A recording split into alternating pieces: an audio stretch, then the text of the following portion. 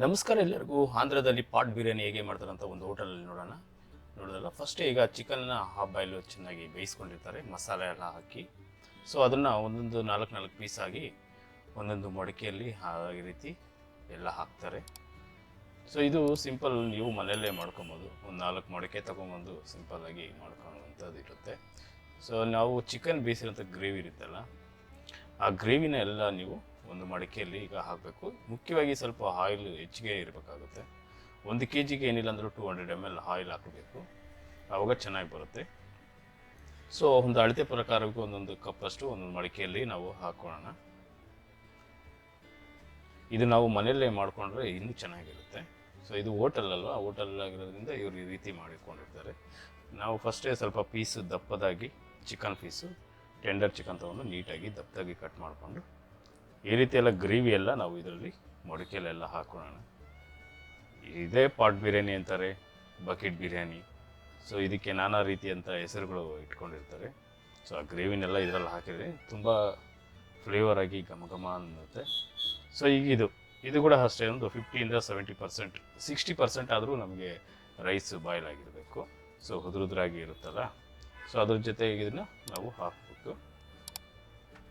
ಇದು ಕೂಡ ಅಷ್ಟೇ, ನೀವು ಜೀರಾ ರೈಸ್ ತೊಗೊಳ್ಳಿ ಅಥವಾ ಸೋನಾ ಮಸೂರಿ ತೊಗೊಳ್ಳಿ, ಬುಲೆಟ್ ರೈಸ್, ಇಂಥವೆಲ್ಲ ಯಾವುದಾದ್ರೂ ನಿಮಗೆ ಫೇವ್ರೆಟ್ ಇರುತ್ತೆ ರೈಸ್ನ ನೀವು ಇದರಲ್ಲಿ ಹಾಕಿದ್ರೆ ಚೆನ್ನಾಗಿರುತ್ತೆ. ನಿಮ್ಮ ಅನುಕೂಲ ತಕ್ಕಾಗಿ ಇದನ್ನು ನೀವು ಮಾಡ್ಕೊಬೋದು. ಸೊ ಹಂಗೆ ನಾವು ಒಂದು 90% ಹಾಕ್ಬಿಟ್ಟು ನೀವು ಕಲರ್ ಬೇಕಾದರೂ ಕೂಡ ಇದರಲ್ಲಿ ನೀವು ಹಾಕ್ಕೊಬೋದು. ಕಲರ್ ನಮಗೆ ಆಂಧ್ರ ಸ್ಟೈಲಲ್ಲಿ, ವೆಸ್ಟರ್ನ್ ಸ್ಟೈಲಲ್ಲಿ ಬೇಕು ಅಂದರೆ ನೀವು ಕಲರ್ ಕೂಡ ನಾವು ಹಾಕ್ಕೊಬೋದು. ಇವರು ಹೋಟೆಲ್ ಇರೋದ್ರಿಂದ ಇವರು ಅನುಕೂಲ ತಕ್ಕಾಗಿ ಮಾಡಿರ್ತಾ ಇದ್ದಾರೆ. ಸೊ ನಾವೀಗ ರೈಸ್ ಎಲ್ಲ ಫುಲ್ ಮಾಡಿದ್ಮೇಲೆ ಇದಕ್ಕೆ ಒಂಚೂರು ಕಲರ್ ಹಾಕ್ಕೊತಾ ಇದ್ದೀವಿ. ಸೊ ಹೇಳಿದ್ನಲ್ಲ, ನೀವು ಕಲರ್ ಬೇಕಾದರೆ ಹಾಕ್ಕೊಬೋದು. ಸೊ ಇದು ನಾವು ಫ್ರೈಡ್ ಆನಿಯನ್ ಇರುತ್ತಲ್ಲ, ಎಣ್ಣೆಯಲ್ಲಿ ನೀವು ಸಣ್ಣದಾಗಿ ಈರುಳ್ಳಿ ಹಚ್ಕೊಂಡು ಅದನ್ನು ಫ್ರೈಡ್ ಮಾಡಿದರೆ ಅದೇ ಆಯಿಲ್ನ ನೀವು ಚಿಕನ್ಗೆ ಬಳಸ್ಬೋದು. ಸೊ ಆ ರೀತಿ ನೋಡಿ, ಈ ಥರ ಕಲರು ಹಾಕ್ಕೊತಾರೆ, ಫುಡ್ ಕಲರು. ಸೊ ನೀವು ಬೇಕಿದ್ದರೆ ಹಾಕ್ಕೊಬೋದು, ಇಲ್ಲಾಂದರೆ ಬೇಡ ಅಂದರೆ ಹಾಗೆ ಏನು ತೊಂದರೆ ಇಲ್ಲ. ಸೊ ಈಗ ಫ್ರೈಡ್ ಆನಿಯನ್ ಆಯಿತು. ಸ್ವಲ್ಪ ಪುದೀನ ಇಲ್ಲಾಂದರೆ ಕೊತ್ತಂಬರಿ ಸೊಪ್ಪು ಮೇಲೆ ಒಂದು ಸ್ವಲ್ಪ ಹಾಕ್ಬಿಟ್ಟು, ಇದಕ್ಕೆ ಪೇಪರ್ ಬರುತ್ತೆ, ಇದು ಸಿಲ್ವರ್ ಪೇಪರ್ ಬರುತ್ತೆ. ಸೊ ಇದನ್ನು ನಾವು ಅದನ್ನು ಕ್ಲೋಸ್ ಮಾಡಬೇಕು, ಗಾಳಿ ಹೋಗ್ದಾಗೆ ಫುಲ್ ನೀಟಾಗಿ. ಇದು ನಿಮಗೆ ಮಾಲ್ಗಳಲ್ಲಿ ಅಥವಾ ದೊಡ್ಡ ಶಾಪ್ಗಳಲ್ಲಿ ಸಿಗುತ್ತೆ. ಸೊ ಇದು ಕೂಡ ನೀವೇನು ಬಾಯ್ಲ್ ಆಗೋದಿಲ್ಲ, ಇದು ಕವರು ತುಂಬ ಸೇಫ್ಟಿಯಾಗಿರುತ್ತೆ. ಈ ಕವರ್ ಕೂಡ ನೀವು ಹಾಕ್ಕೊಬೋದು. ಸಿಲ್ವರ್ ಕವರ್ ಹಾಕ್ಬಿಟ್ಟು ಪ್ಯಾಕ್ ಮಾಡಿ ಒಂದು ಕಡೆ ಇಟ್ಕೊಬೋದು. ಸೊ ಈಗೇನು ಮಾಡಿದ್ರೆ ನಿಧಾನವಾಗಿ ನಾವು ಒಲೆಯಲ್ಲಿ, ನಮಗೆ ಸೌದೆ ಒಲೆ ಇದ್ದರೆ ಇನ್ನೂ ತುಂಬ ಈಸಿ ಇರುತ್ತೆ. ಕೆಂಡದ ಮೇಲೆ ಇಟ್ಟರೆ ಸಾಕು, ಒಂದು 10-15 ನಿಮಿಷ ನೀವು ಅಲ್ಲಿ ಇಟ್ಬಿಟ್ರೆ ತುಂಬ ಇರುತ್ತೆ. ಇದು ಲೋ ಫ್ಲೇಮಲ್ಲಿ ನಾವು ಸ್ವಲ್ಪ ಬಿಸಿ ಮಾಡಿಕೊಂಡು ನಿಂದ ಸ್ಟವ್ ಇದ್ದರೆ ಸ್ಟವಲ್ಲೇ ಮಾಡ್ಕೊ. ಸ್ಟವ್ಗಿಂತ ಬೆಟರ್ ಒಲೆ ಅಂತ ನನಗನ್ಸುತ್ತೆ. ಒಲೆಯಲ್ಲಿ ಕೂಡ ನೀವು ಮಾಡ್ಕೊಬೋದು. ಆ ರೀತಿ ಒಲೆಯಲ್ಲಿ ಮಾಡಿದ್ರೆ ಇನ್ನೂ ಚೆನ್ನಾಗಿ ಬರುತ್ತೆ. ಸೊ ಇವರೆಲ್ಲ ಸ್ಟವ್ ಮೇಲೆ ಮಾಡ್ತಾರೆ. ಏನಿಲ್ಲ, ಇದು ಎಲ್ಲ ಬಾಯ್ಲ್ ಮಾಡಿರುವಂಥದ್ದು.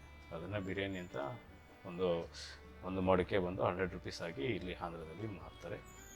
ಸೊ ಟೇಸ್ಟಿಯಾಗಿರುತ್ತೆ, ಬಟ್ ಬಿರಿಯಾನಿ ಈ ರೀತಿ ಮಾಡ್ತಾರೆ. ನೀವೇನು ಮಡಿಕೆ ಬಿರಿಯಾನಿ ಅಂದರೆ ಅದರಿಂದ ಏನೋ ಸ್ಪೆಷಲ್ ಏನು ಇರೋದಿಲ್ಲ. ಇಷ್ಟೇ ಸ್ಪೆಷಲ್ಲು. ಮಡಿಕೆ ಮಾಡಿದ್ರೆ ಮಡಿಕೆ ಬಿರಿಯಾನಿ, ಪಾಟ್ ಮಾಡಿದ್ರೆ ಪಾಟ್ ಬಿರಿಯಾನಿ.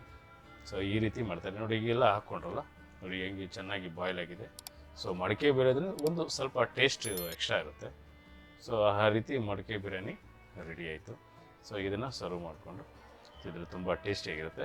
ಮನೇಲಿ ಇದೊಂದು ಸಲ ಟ್ರೈ ಮಾಡಿ. ಹಾಗೆ ನನ್ನ ಚಾನಲ್ನ ಸಬ್ಸ್ಕ್ರೈಬ್ ಮಾಡ್ಕೊಳ್ಳಿ, ಲೈಕ್ ಮಾಡಿ, ಶೇರ್ ಮಾಡಿ. ಟೇಕ್ ಕೇರ್, ಬಾಯ್.